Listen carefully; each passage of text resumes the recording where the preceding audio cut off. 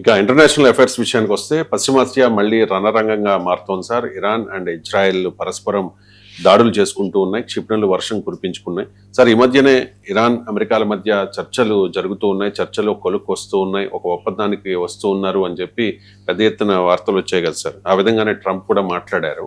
But ఇప్పుడు పరిస్థితి చూస్తే మళ్ళీ మొదటికి వచ్చినట్టు అనిపిస్తుంది సార్. ఏంటి సార్ దీనికి ముగింపు లేదా? అంటే ఇది మీకు చాలా రోజుల క్రితం మా మేడం నేను ఒక వీడియో చేశాను, నా యూట్యూబ్ లో ఉంటుంది, ఫ్రోజన్ వార్ అని. మనం మన డిస్కషన్ కూడా చాలాసార్లు వాడాను అది. It is heading towards a frozen war. ఏంటి ఫ్రోజన్ వార్ అంటే ఒప్పందం కుదరదు ఫార్మల్ గా, యుద్ధం ఫార్మల్ గా ఆగదు, అడపాదడపా మంటలు మండుతూనే ఉంటాయి. కాస్త ఒక్కోసారి ఎక్కువ మండుతాయి, ఒకసారి తక్కువ మండుతాయి, ఎవరు గెలిచారో తెలియదు. దీన్ని ఫ్రోజన్ వార్ అంటారు. Korea war is an example. Korea war, frozen war, మీకు నోబడి నోస్. ఇలా చాలా యుద్ధాలు, Russia Ukraine war almost frozen war మధ్యనే వస్తుంది. ఇండియా పాక్ మధ్య ఉండే సిచ్యువేషన్ రకంగా ఫ్రోజన్ వారే. నోబడి నోస్ ఎప్పుడు మళ్ళీ ఫ్లేర్ అప్ అవుతుందో. ఇలా ప్రపంచంలో చాలా యుద్ధాలు ఫ్రోజన్ వార్స్ గా మిగిలిపోతున్నాయి. ఎందుకు మిగిలిపోతున్నాయి అంటే ఒక డిసిసివ్ విన్నర్, అంటే నిర్ణయాత్మకంగా ఎవరికి విజయం రాదు. ఇది ఫస్ట్. ఒక ఒప్పందము కుదరదు. ఈ రెండు ఉన్నప్పుడు ఫ్రోజన్ వార్ అవుతుంది. అంటే అమెరికా డిస్ప్రపోర్షనేట్లీ బిగ్గర్ పవర్ అయినా కూడా ఇరాన్ అనుసరించిన అసిమెట్రిక్ వార్ఫేర్ వల్ల, అంటే స్టేట్ ఆఫ్ హార్మోస్ మూసివేయడం కావచ్చు, అమెరికాకు ఈ వార్ వల్ల వచ్చే geo political cost, geo economic cost పెంచడం కావచ్చు, గల్ఫ్ అమెరికా మిత్ర దేశాలని ఈ ప్రాంతంలో వెస్ట్ ఏషియాలో టార్గెట్ చేయడం కావచ్చు, రెజీమ్ రెసిలియన్స్ వల్ల కావచ్చు. నేను ఇది మనం చాలాసార్లు మాట్లాడుకున్నాం.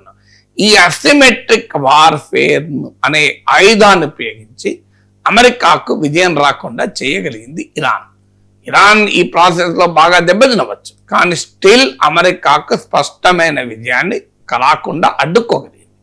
సో ఆ విషయంలో ఇరాన్ వ్యూహం ఫలించింది, అసిమెట్రిక్ వార్ఫేర్ విషయంలో. అందువల్ల అమెరికాకు క్లియర్ విక్టరీ లేదు.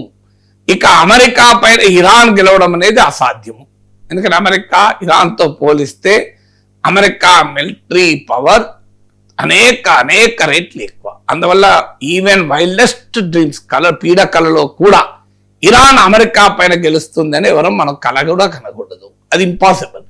అందువల్ల ఇరాన్ అమెరికాపై గెలవటానికి యుద్ధం చేయడం లేదు, అమెరికాను ఓడించడానికి యుద్ధం చేయడం లేదు, అమెరికాకు గెలుపు రాకుండా ఉండేందుకు మాత్రమే యుద్ధం చేస్తోంది. యుద్ధం డ్రాగ్ అవుతున్న కొద్దీ ఏం జరుగుతుంది, ఇదివరకు నేను చాలాసార్లు చెప్పాను, America will lose if it can't win, Iran will win if it can't lose. America will lose if it can't win. గెలవకపోతే అమెరికా ఓడిపోతుంది, ఓడిపోకపోతే చాలు ఇరాన్ గెలుస్తుంది. ఇది అసిమెట్రిక్ వార్ఫేర్ కు ఉండేటువంటి క్యారెక్టర్ ఇది. సో అందువల్ల ఇక్కడ ముగింపు లేదు. సో క్లియర్ వినలేడు. ఇక ఒప్పందం కుదరాలి అంటే మౌలికమైన ఫండమెంటల్ డిఫరెన్సెస్ విషయంలో ఇర్రికన్సిలబుల్ అంటారు.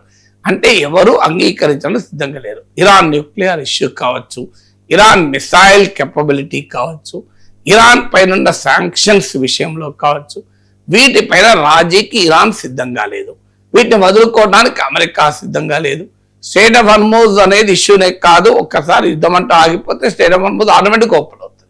దానికి ఎవరికి అభ్యంతరం లేదు. ఎందుకంటే February 28 కన్నా ముందు యుద్ధం మొదలు కాకుండా స్టేట్ ఆఫ్ హార్మోజ్ ఓపెన్ ఉంది కదా, క్లోజ్ ఎక్కడ ఉంది. సో అందువల్ల అది ఓపెన్ కావడం అనేది ఇష్యూనే కాదు. సో కానీ Iran nuclear issue, Iran missile capability, Iran పైన శాంక్షన్స్, ఈ వార్కు కంపెన్సేషన్, నష్టపరిహారాలు, ఈ 4 అంశాల్లో ఏకాభిప్రాయం కుదిరే అవకాశాలు కనిపించలేదు. అందుకే ఇది ఫ్రోజన్ వార్ వైపుగా వెళ్తుంది.